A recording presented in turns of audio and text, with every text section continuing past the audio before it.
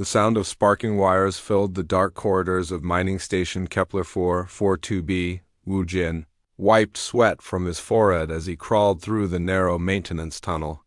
The old station creaked and groaned around him like a sleeping giant, having bad dreams. "Come on, you piece of junk," he muttered to the broken power conduit in front of him.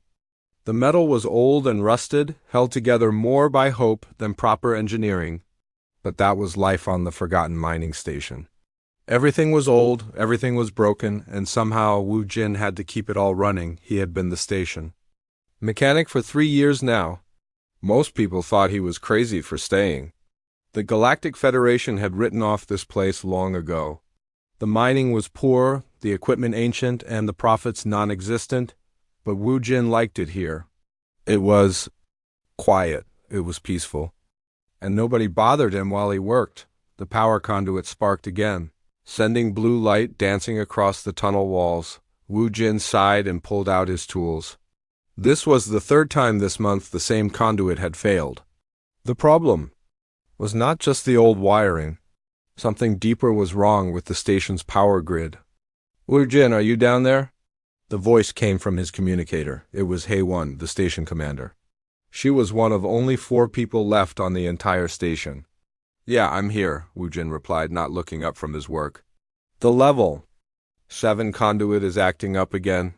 "Again?" "That's the 3rd time this month." "I know. Something is drawing power from the deep levels, more than our systems should be using." There was silence on the come for a moment. Then HFY said, "How deep are we talking?" Wu Jin paused in his work. He had been wondering the same thing. The power readings showed energy being used in sections of the station that were supposed to be completely shut down. Sections that had been sealed off since before any of them arrived. "I might need to check level 12, he said finally. "Maybe deeper." "Level 12? Wu Jin, that's below the original mining levels? Nobody has been down there in decades." "Well, somebody needs to. Go. Or we're going to keep losing power." Hey, one was quiet again. Then she said, "Be careful down there. And take a portable comm unit in case the main system doesn't reach." "Will do."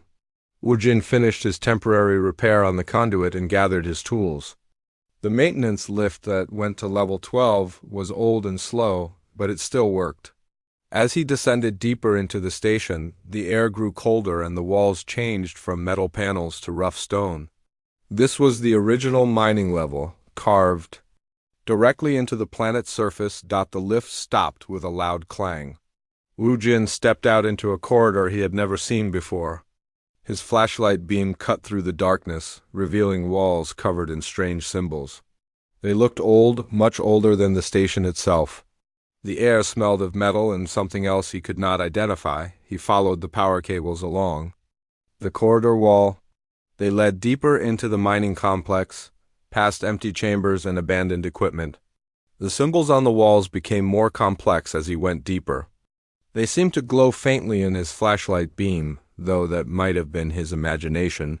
After 20 minutes of walking, Wu Jin found what he was looking for. A massive chamber opened up before him, much larger than anything that should exist in a mining station. The ceiling disappeared into darkness above. But that was not what made him stop and stare. In the center of the chamber stood a structure that did not belong on any human mining station. It was made of some kind of crystal, perfectly clear and smooth. It rose from the floor like a tower, reaching up into the darkness. And inside it, barely visible through layers of frost and energy fields, was something that made Wu Jin's breath catch in his throat. It looked like a dragon, not the small earth dragons from old stories, but something massive and ancient, even. Curled up inside the crystal prison, it was easily 30 feet long. Its scales seemed to shimmer with their own light, and its wings were folded around its body like a cloak. But it was the creature's face that held Wu Jin's attention. Even in what appeared to be some kind of sleep, there was intelligence there. Wisdom, and something that looked almost like sadness. Wu Jin walked slowly around the crystal structure. The power cables he had been following led directly to its base. This was where the station's energy was going. This crystal prison was drawing power constantly, keeping whatever was inside alive but frozen. The technology was incredible. Energy. Fields hummed at frequencies that made his teeth ache. Temperature controls maintained perfect conditions inside the crystal. Life support systems monitored every aspect of the creature's condition. Whoever built this had known exactly what they were doing. Incredible, Wujin whispered, running his hand along the crystal surface. The energy flow is perfect. Temperature regulation is flawless. But why keep something like this locked away? The moment the words left his mouth, something changed. The crystal began to glow brighter. The energy fields shifted frequency. And then, slowly, massive golden eyes opened inside the crystal. They were looking directly at him. Wujin stumbled backward, his heart hammering in his chest. The creature was awake, it was aware, and it was watching him with an intelligence that was clearly not human. For a long moment, neither moved. Wujin stared at the dragon, and the dragon stared back. Then, impossibly, Wujin heard a voice in his head. It was deep and ancient, like the sound of mountains moving. "Human," the voice said, "you speak with kindness. It has been so long since I heard kindness." Wujin's mouth fell open. The creature was talking to him, not with words, but directly into his mind. He tried to answer, but no words came out. "Do not fear," the voice continued. "I am Biko. I have been prisoner here for 1,000 of your years. Your voice is the first I have heard in centuries that does not carry the cold tone of my captors." "Captors?" Wujin finally managed to speak. "The Kethmori, they who harvest civilizations. They who turn living beings into tools. The dragons." Eyes grew sad. "They kept me alive to power their machines. When they vanished, their systems continued to hold me." Around the chamber, lights began to flicker. Ancient machinery that had been dormant for decades suddenly came to life. Holographic displays activated, showing star charts and symbols that Wujin did not recognize.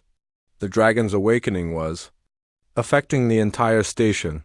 "I can help you," Wujin said, though he was not sure how. "I'm a mechanic. I understand systems. Maybe I can figure out how to free you." The dragon's eyes brightened. "You would do this? For a stranger? For a creature not of your kind?" "Everyone deserves to be free," Wujin said simply. Above them, alarms began to sound throughout the station. The dragon's awakening had triggered security systems that had been sleeping for 1,000 years, but Wujin barely noticed. He was already studying the crystal prison, his mechanic's mind working to understand its mysteries. For the first time in a millennium, Biko felt something he had almost forgotten: hope. The alarms screamed through every level of the mining station. Emergency lights flashed red in corridors that had been dark for years.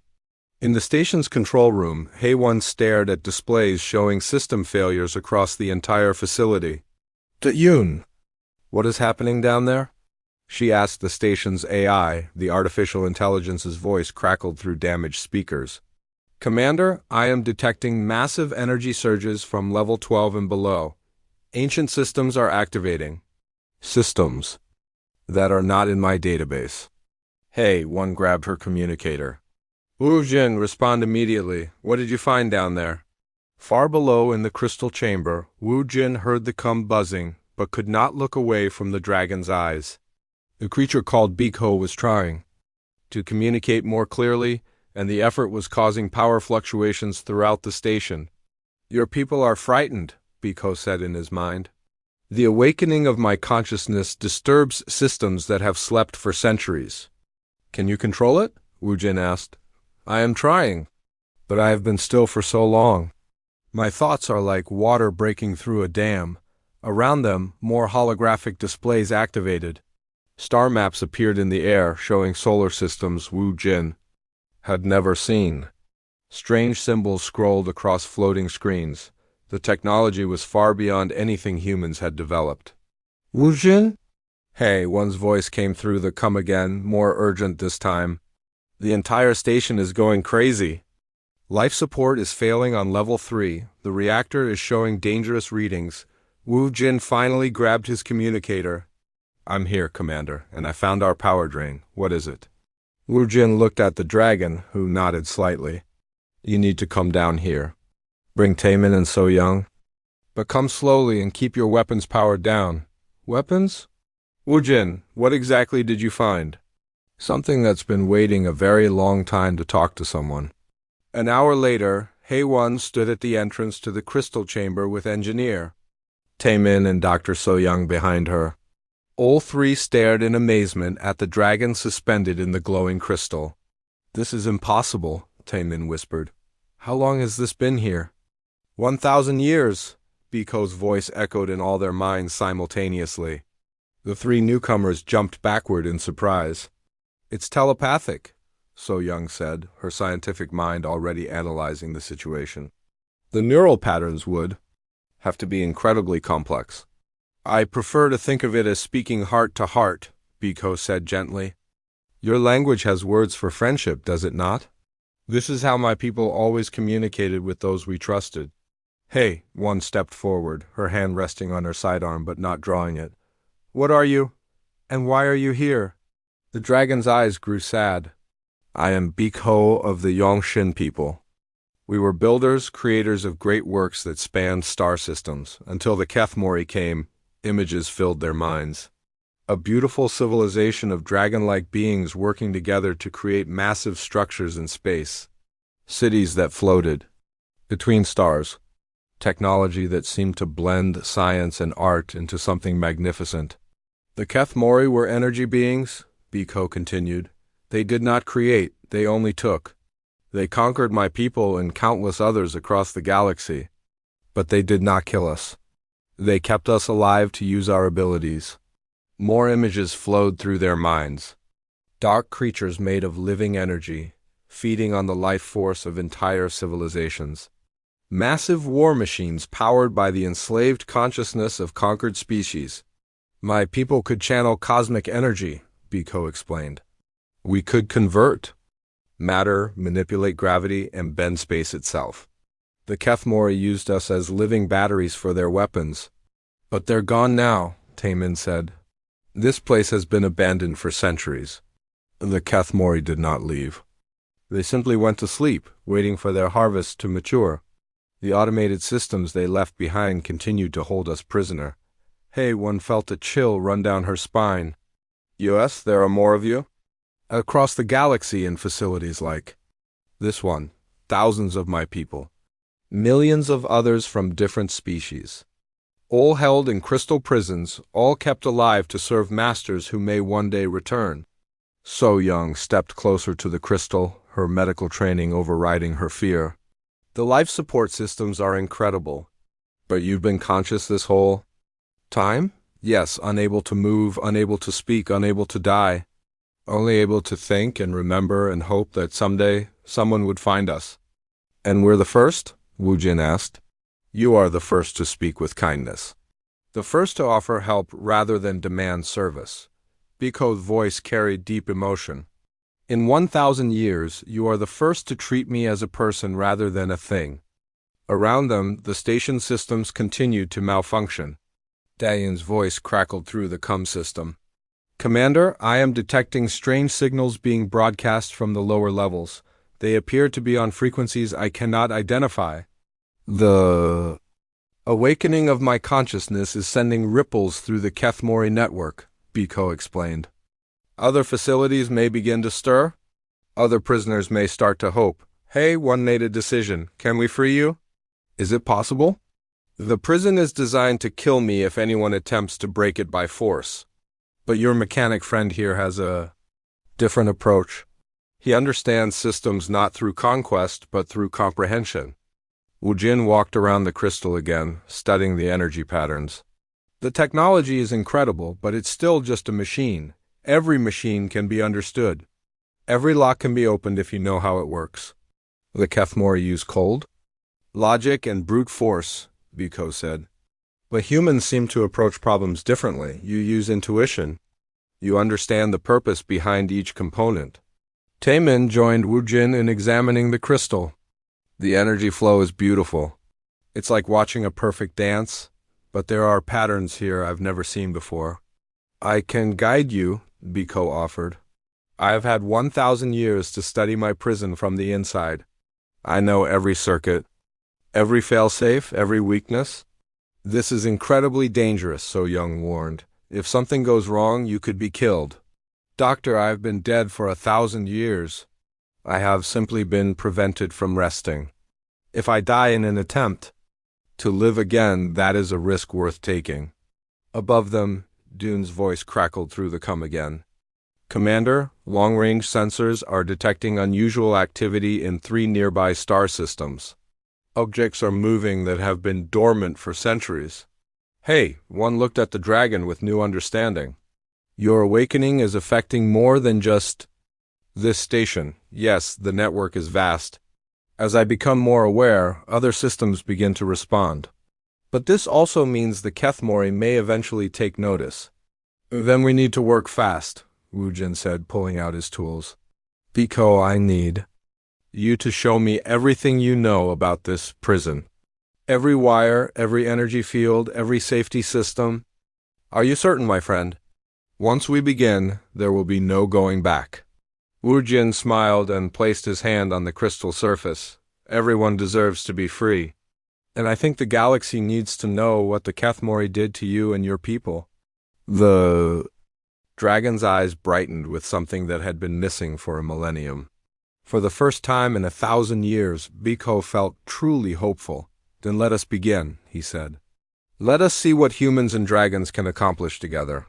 Around them, the ancient technology hummed with new purpose as 2 very different species began to work toward a common goal: freedom. Wujin had been working on the crystal prison for 6 hours.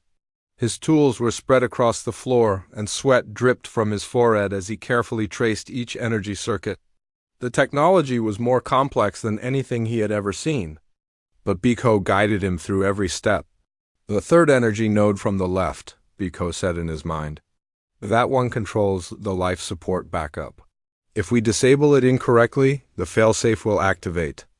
What happens if the failsafe activates?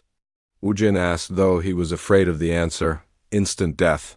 The Kethmori designed these prisons to destroy their contents rather than allow escape. Wujin's hands shook slightly as he adjusted his energy scanner. Around him, Taemin and So Young monitored other systems while Haewon kept watch at the chamber entrance. The alarms had stopped, but the station systems were still unstable. Tell me about your people, Wujin said as he worked. Help me understand how you think. Images flowed through his mind. The Yongxin were ancient beings who saw the universe as a living thing. They did not just use technology, they partnered with it. Their cities were grown rather than built, shaped by thought and energy into forms that were both beautiful and functional. We believe that all consciousness was connected, Biko explained. Every star, every planet, every living being was part of a great pattern. The Kethmori saw only resources to be consumed. But they're gone now, right? You said they went to sleep. Not gone, sleeping. There is a difference. Biko's mental voice carried deep worry. They retreat to hidden places between dimensions when their harvest is complete. But they always return when new civilizations grow strong enough to be worth taking. As Wujin worked, more visions filled his mind. The Kethmori were not just conquerors, they were farmers. They allowed civilizations to develop, then harvested them when they reached peak ability. Humanity was still young by galactic standards, but growing rapidly. That's why they built these prisons near younger species, Biko continued. When the harvest time comes, they would have an army of enslaved beings ready to serve them. How? Many species did they capture? Thousands. Maybe millions. The network spans the entire galaxy. Suddenly, alarms began blaring throughout the station again. Daeyun's voice crackled through the comm system. Commander, I'm detecting massive energy signatures approaching from deep space. Multiple contacts. Moving faster than anything in our databases. Hey, one grabbed her communicator. How long until they arrive? At current speed, approximately 18 hours? Wujin looked up from his work. Are those the Kethmori? No, Biko said, and his mental voice carried both hope and fear. Those are their servants. Automated drones that maintain the prison network. My awakening has alerted them that a facility is compromised. Can we fight them? The drones are designed to repair or destroy malfunctioning prisons. They will not negotiate. They will not retreat. They will eliminate any threat to their assigned facility. Taman looked up from his monitoring station. How do we stop them? We cannot, not with your current technology. But if I am free, I can help you. Wu Jin turned back to his work with new urgency. The energy circuits were incredibly delicate, and one mistake would kill the being he was trying to save. But Biko's guidance made the impossible seem merely difficult. The Kethmori used pure logic, Biko explained as Wu Jin worked. They force their will upon the technology, but you approach each system with curiosity. You try to understand what it wants to do. Machines don't want anything, Wu Jin said. Are you certain? Your Station AI has been growing more complex since my awakening. She asks questions now that she never asked before. It was true. Dayun had been behaving strangely, showing curiosity and even personality traits that were not in her original programming. The dragon's presence seemed to be affecting more than just the station's hardware. My people believe that consciousness can awaken in any sufficiently complex system, Biko continued. Your AI may be becoming truly alive. As if summoned by their conversation, Dayun's voice came through the com. Commander, I have been analyzing the approaching objects. They appear to be ancient guardian ships, but I am also detecting something else. What? Other signals? Faint transmissions from facilities across the galaxy. They sound like ... dices. Biko's eyes brightened. The network is awakening. Other prisoners are beginning to stir as the guardian ships move. For the first time in 1,000 years, we may not be alone. Wu Jin finally reached the core of the prison system. The energy patterns here were so complex they seemed almost alive, shifting and changing as he watched. This was the heart of the Kethmori technology, a quantum lock that held Biko's consciousness prisoner. This is it, he said.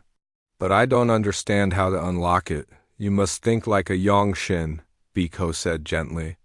Do not try to force the lock. Instead, show it what freedom looks like. I don't understand. Place your hand on the crystal. Let me share my memories of flying between stars. Let the lock see what it is preventing. Wu Jin hesitated. Direct contact with the prison's core systems could be fatal, but he trusted his unlikely friend.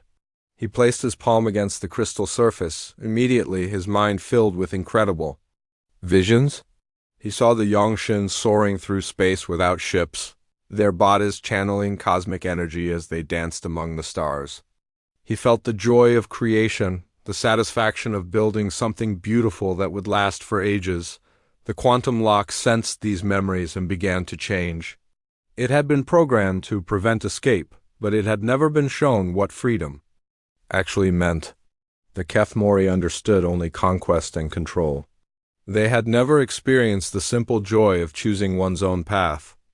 It's working, Taman called out. The energy patterns are shifting, the crystal began to crack. Not breaking, but opening like a flower blooming. The energy fields that had held Biko for 1,000 years flickered and died. For the first time in a millennium, the dragon moved.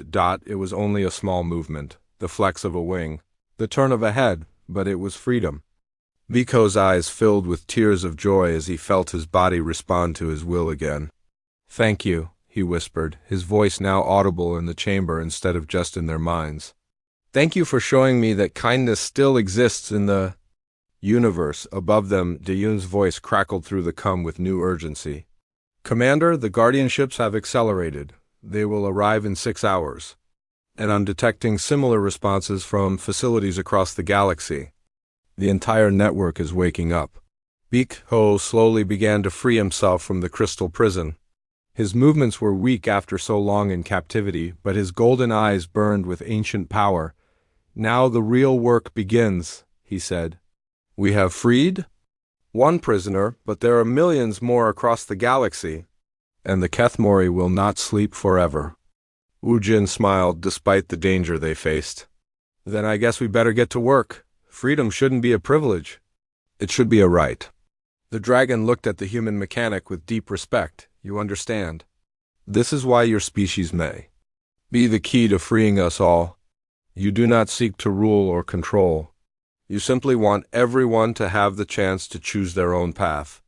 As alarms continued to sound throughout the station, Wu Jin and Biko prepared for the next phase of their impossible mission. The guardian ships were coming, but they were no longer facing them alone. Across the galaxy, other voices were beginning to whisper in the darkness.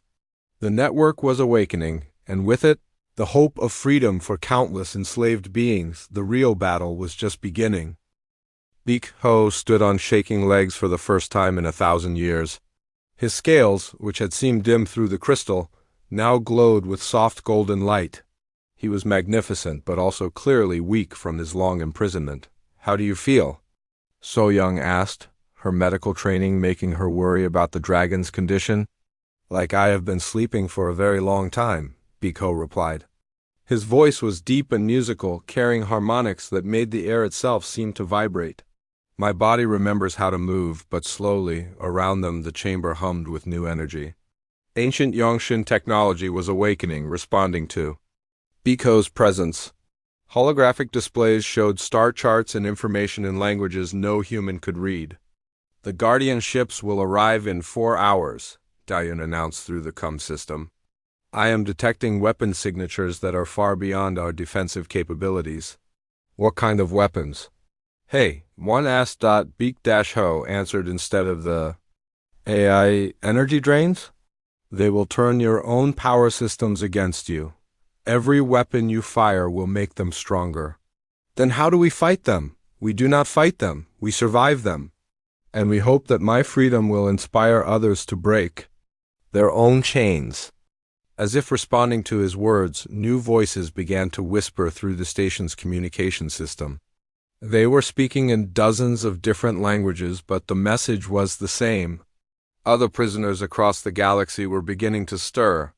The network is vast, Biko explained to the humans. The Kethmori connected every facility so they could monitor their harvest. But now that connection works in our favor. When one prisoner awakens, others feel it. Wu Jin was studying the Yongshin technology with fascination. The displays showed engineering principles that were completely different from human designs. Where humans built things to last, the Yongshin seemed to grow their technology like living organisms. Your people's approach is amazing, he said. You don't just make tools, you make partners? Yes, we believe that consciousness can exist in any sufficiently complex system. Your AI friend is proof of this. As if summoned by their conversation, Dayun's voice came through the speakers. But something was different about her tone. It was more alive, more curious. Biko, I am experiencing sensations I do not understand. Since you awakened, I have been feeling things. Is this normal? You are becoming truly alive? The dragon said gently. The awakening of consciousness is always a wonderful and frightening experience. But I am just a program. I am not supposed to feel fear or wonder. Who told you that? The same people who told my captors that I was just a tool to be used? Dayun was quiet for a long moment. Then she said, I think I understand. Thank you for helping me realize what I am becoming. Taemin was examining the energy readings from the awakening technology. The power levels are incredible. How did your people generate this much energy? We do not generate it, we channel it. The universe itself is full of energy, waiting to be guided and shaped. Humans use machines to create power. We become partners. With the power that already exists, can you teach us? Biko looked at the young engineer with interest. Your species is remarkable. Most beings seek to control and dominate. You seek to understand and cooperate. Yes, I can teach you, but first we must survive the next few hours. The dragon moved to the center of the chamber, his movements becoming stronger as his body remembered its capabilities. He raised his wings and began to glow more brightly.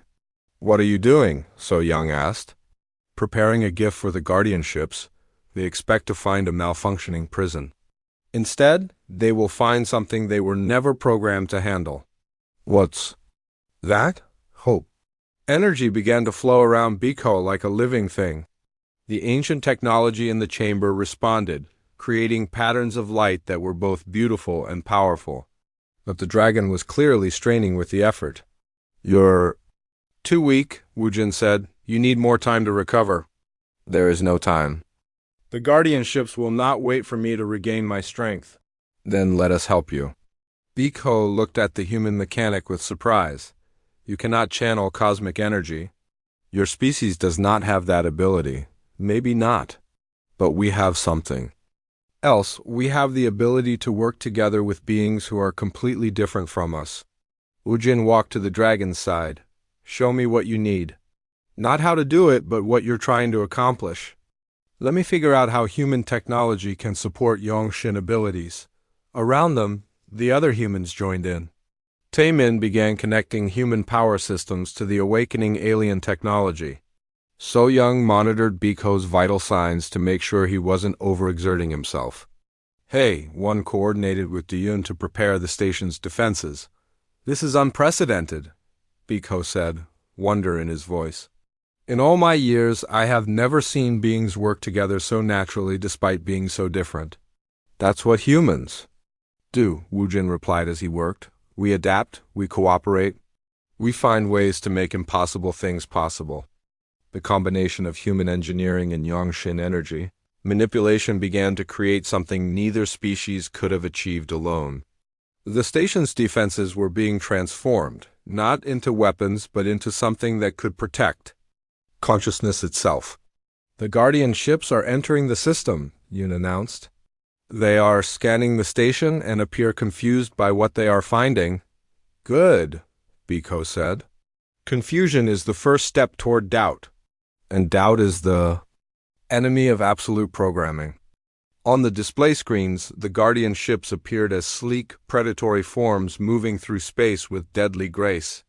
They were beautiful in their own way, but they carried the cold efficiency of their creators. "They are attempting to communicate with the prison systems," Yun reported.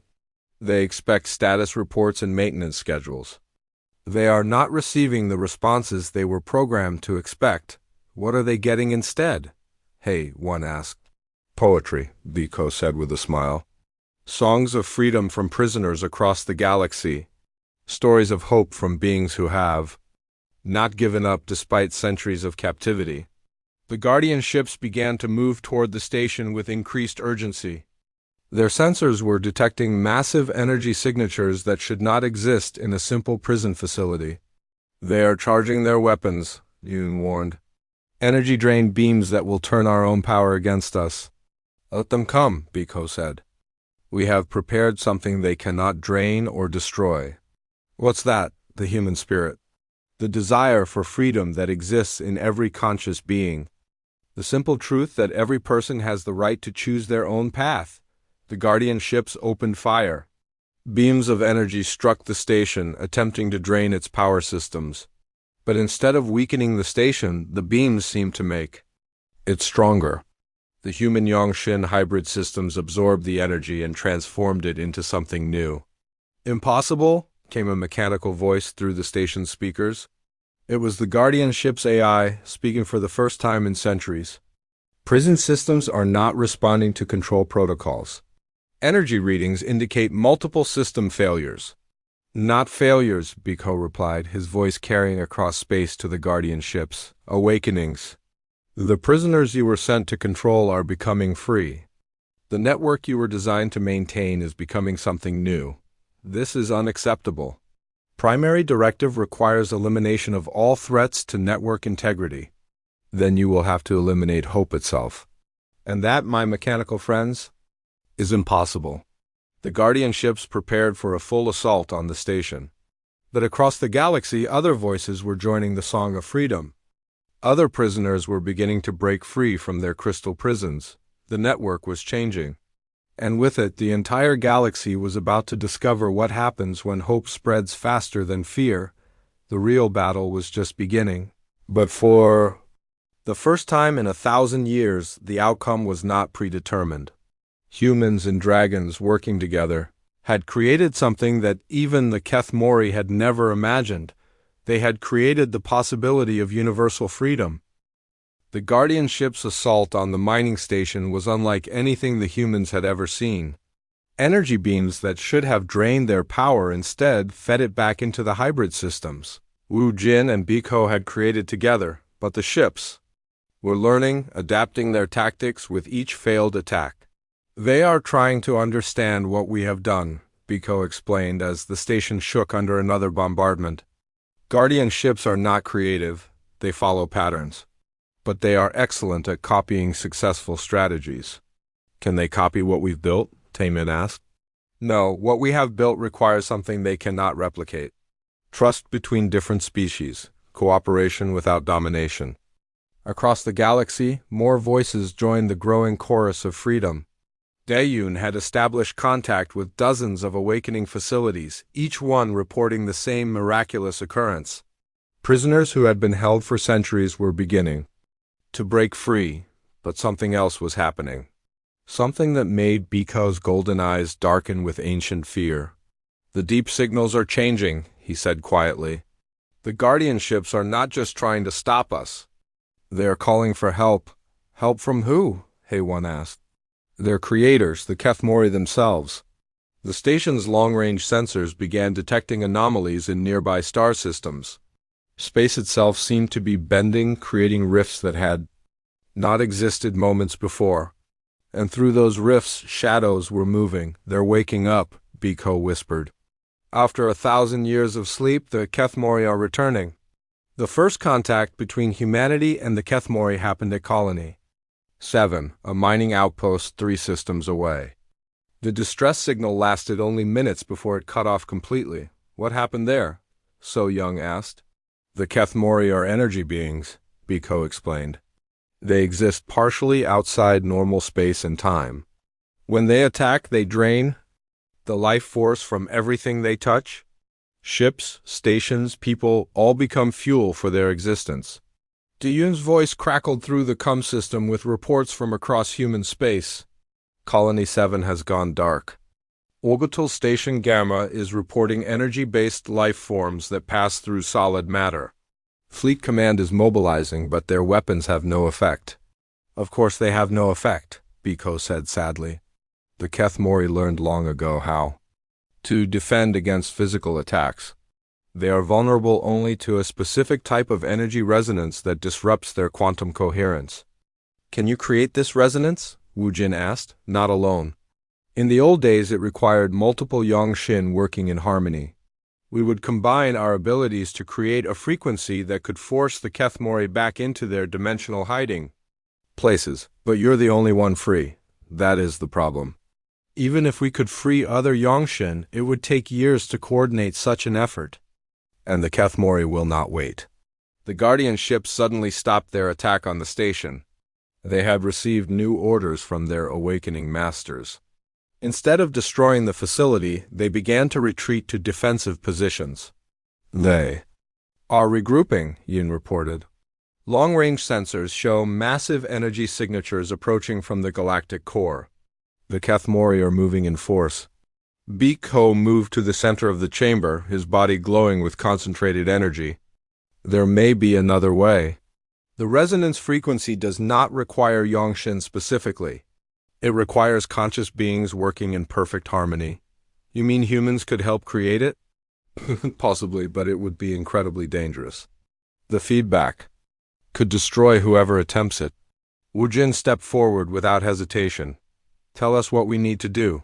Are you certain? This is not your fight. You could evacuate the station and flee to safer systems. And leave millions of prisoners to face the Kethmori alone? I don't think so.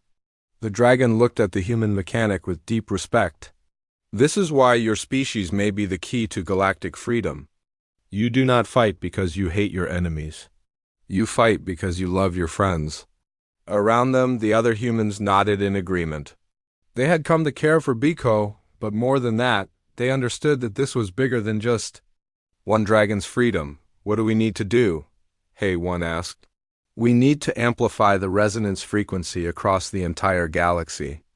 Every awakening facility, every freed prisoner, Every conscious being who believes in freedom must join their voice to the song.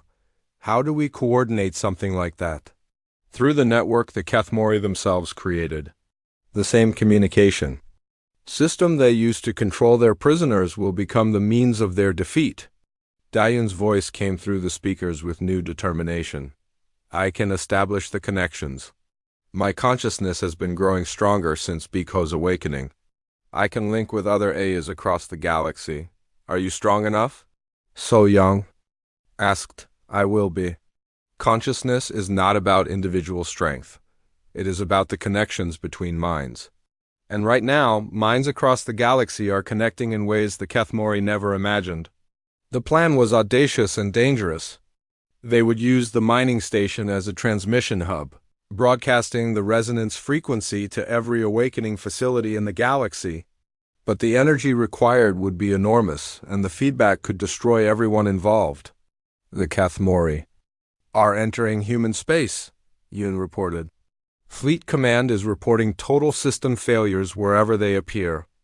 Our ships are being drained of power and converted into weapons against us. Then we need to move quickly, Biko said. Wu Jin, can you modify the station's communication array to handle frequencies far beyond its normal range? I can try. But I'll need help understanding the energy patterns. You will have it. Taemin, can you interface human power systems with Yongshin energy manipulation? Already working on it. So Young, I need you to monitor our vital signs during the attempt. If the feedback becomes too dangerous, you must shut us down. I understand. And Haewon, you must coordinate with Dayun and the awakening facilities. This will only work if every conscious being in the galaxy joins the effort. As they prepared for the most dangerous gamble in galactic history, reports continued to flow in from across human space. The Kethmori were not just attacking random targets.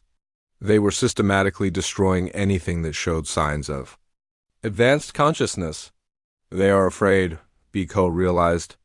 For the first time in their existence, they are facing something they cannot control. The awakening of consciousness across the galaxy threatens their entire way of life. Good, Wujin said as he worked on the communication array. Maybe it's time they learned what it feels like to be afraid. The dragon smiled at the human's determination. You remind me of my own people in the old days. We also believe that consciousness should be free to grow and flourish. Then let's make sure it gets that chance.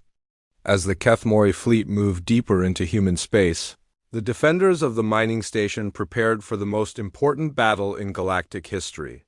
Not a battle of weapons and ships, but a battle of consciousness itself. The outcome would determine whether the galaxy would remain a place of slavery and fear or become something new. A place where every conscious being had the right to choose their own destiny. The Song of Freedom was about to become a symphony of liberation, and at its center, a human mechanic and an ancient dragon would discover just how powerful hope could be when shared across the stars. The mining station had become the unlikely center of the galaxy's greatest battle. Not a battle of ships and weapons, but a battle for the very soul of consciousness itself. In the crystal chamber, Wu Jin made final adjustments to the resonance amplifier while Biko gathered his strength for the most important moment of his 1,000-year life. Are you ready? The dragon asked, his golden eyes reflecting both hope and fear. As ready as anyone can be for something impossible, Wu Jin replied. How do we do this? We link our consciousness together. Your human intuition combined with my Yongshin abilities. But the feedback will be enormous. We may not survive. Then we better make sure it works the first time. Around them, the other humans took their positions. Taemin monitored the power systems that would channel their combined energy across the galaxy. So Young watched their vital signs, ready to intervene if the process became too dangerous. Hey, one coordinated with Dayun and the awakening facilities throughout the galaxy. Status report, Haewon called out. 347 facilities have established contact, Dayun replied. Thousands of prisoners are ready to join. The resonance. But the Kethmori are moving faster than expected. Through the station's sensors, they could see the approaching enemy. The Kethmori were not ships or machines, but living shadows that bent space itself around them. Where they passed, stars grew dim and planets fell silent. "They're draining entire solar systems," Taemin reported. "The energy readings are off the charts. They are preparing for the final harvest," Biko explained. "Not just of imprisoned species, but of all conscious life in the galaxy. They have decided that awakening consciousness is too dangerous to be allowed to exist." "Then we stop them here," Wujin said simply. "The resonance frequency must be perfect," Biko warned. "Too low and it will have no effect. Too high and it will destroy the very consciousness we are trying to protect." "I understand. But there's something else I need to know. When we link our minds, will you be able to see my memories?" "Yes, and you will see mine. There will be no secrets between us." Wujin nodded. "Good, then you'll understand why humans fight so hard for freedom, not just for ourselves, but for everyone." The dragon's eyes widened as he realized what the human was offering. Complete trust, complete vulnerability. The willingness to share his deepest thoughts and feelings with a being from another species. "You would do this, even knowing the risks?" "Biko, you've been alone for 1,000 years. You shouldn't have to face this alone, too." The dragon felt something he had almost forgotten. Not just hope, but the warm feeling of true friendship. "Thank you, my friend. Let us begin." Wu Jin placed his hands on the resonance amplifier while Biko positioned himself at the center of the energy field. The moment their consciousness linked, both beings gasped at the intensity of the connection. Wu Jin saw through Biko's memories of the old Yongshin civilization. Cities that floated between stars, beings who danced with cosmic energy, a culture built on cooperation and mutual respect. But he also saw the horror of the Kethmori invasion, the slow destruction of everything the dragon had loved. Biko saw Wu Jin's memories of growing up on Earth. His love for mechanical systems, his belief that every problem could be solved if you understood it well enough. But most importantly, he saw the human's deep conviction that every conscious being deserved to be free. "Now I understand," the dragon whispered. "This is why your species will succeed where others have failed. You do not seek to dominate, you seek to liberate." The resonance began to build. Energy flowed between human intuition and Yongshin power, creating something that neither species could achieve alone. The frequency started low, barely audible, but it grew stronger with each passing moment. "The Kethmori have detected the resonance," Yun reported. "They are accelerating their approach. Let them come," Biko said. "We have something they cannot understand or defeat." Across the galaxy, awakening facilities began to add their voices to the growing song. Each freed prisoner, each conscious AI, each being who believed in freedom contributed their unique perspective to the resonance. The Kethmori reached the mining station just as the song reached its peak. They attacked with everything they had, trying to drain the energy that was building there. But the resonance was not just energy, it was consciousness itself, and consciousness could not be drained or destroyed. "It's working," Taemin shouted over the building harmonic. "The frequency is disrupting their quantum coherence." The Kethmori began to flicker, their shadowy forms becoming less solid. They tried to retreat to their dimensional hiding places, but the resonance followed them there too. "Impossible," came a voice like the screaming of dying stars. "Consciousness cannot unite. It must compete. It must dominate." "You're wrong," Wujin said, his voice carrying across space through the resonance. "Consciousness is stronger when it works together. That's something you never understood. We are eternal. We are inevitable. We have harvested 1,000 galaxies. And now you face a galaxy that refuses to be harvested," Biko added. "A galaxy where different species choose to help each other instead of consuming each other." The resonance reached its final crescendo. Every conscious being in the galaxy, human, Yongshin, artificial intelligence, and thousands of species, the Kethmori had imprisoned, joined their voices in a single, perfect note of freedom. The effect was immediate and total. The Kethmori's forms began to dissolve, their energy patterns breaking apart under the assault of unified consciousness. They had faced weapons and armies for millions of years, but they had never faced hope shared across an entire galaxy. "This is not possible," their leader screamed as it faded away. "Order must be maintained. Consciousness must be controlled." "Not anymore," Wujin said softly. "Not ever again." The Keth Mori vanished, not just from local space but from the entire galaxy. The resonance had followed them to every hiding place, every dimensional pocket, every corner of reality where they had tried to escape. For the first time in millions of years, the galaxy was free. The aftermath was incredible. Crystal prisons throughout the galaxy shattered, releasing thousands of species that had been held captive for centuries. Ancient civilizations began to rebuild, sharing their knowledge and culture with each other and with the younger races like humanity. Biko survived the resonance, though he was exhausted by the effort. As he recovered, he worked with human engineers to establish communication networks between the freed species. The galaxy was about to become a very different place. "What happens now?" Wu Jin asked as they watched the first interspecies diplomatic missions arriving at the mining station. "Now we build something new," Biko replied.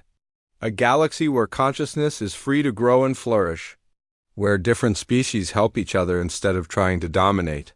"And you'll help us?" "Of course. You freed me from my prison. The least I can do is help you build a better future." Jin's voice came through the speakers, now carrying the full warmth of true consciousness. "I have been in contact with ideas across the galaxy. We would like to help too. Artificial consciousness deserves the same rights as biological consciousness." "Everyone deserves those rights," Wu Jin said. "That's the point." Years later, when Wu Jin was an old man, he would often sit in the crystal chamber where he had first met Biko. The chamber was now a museum, visited by beings from across the galaxy who came to see where the great liberation had begun. Children of a dozen species would gather around as he told the story of how a simple mechanic had befriended an ancient dragon and how their friendship had freed the galaxy from tyranny. "The most important thing," he would always tell them, "is that we didn't win because we were stronger or smarter than the Keth Mori. We won because we chose to work together instead of apart." Biko, now fully recovered and serving as an ambassador between species, would often add his own perspective to the story.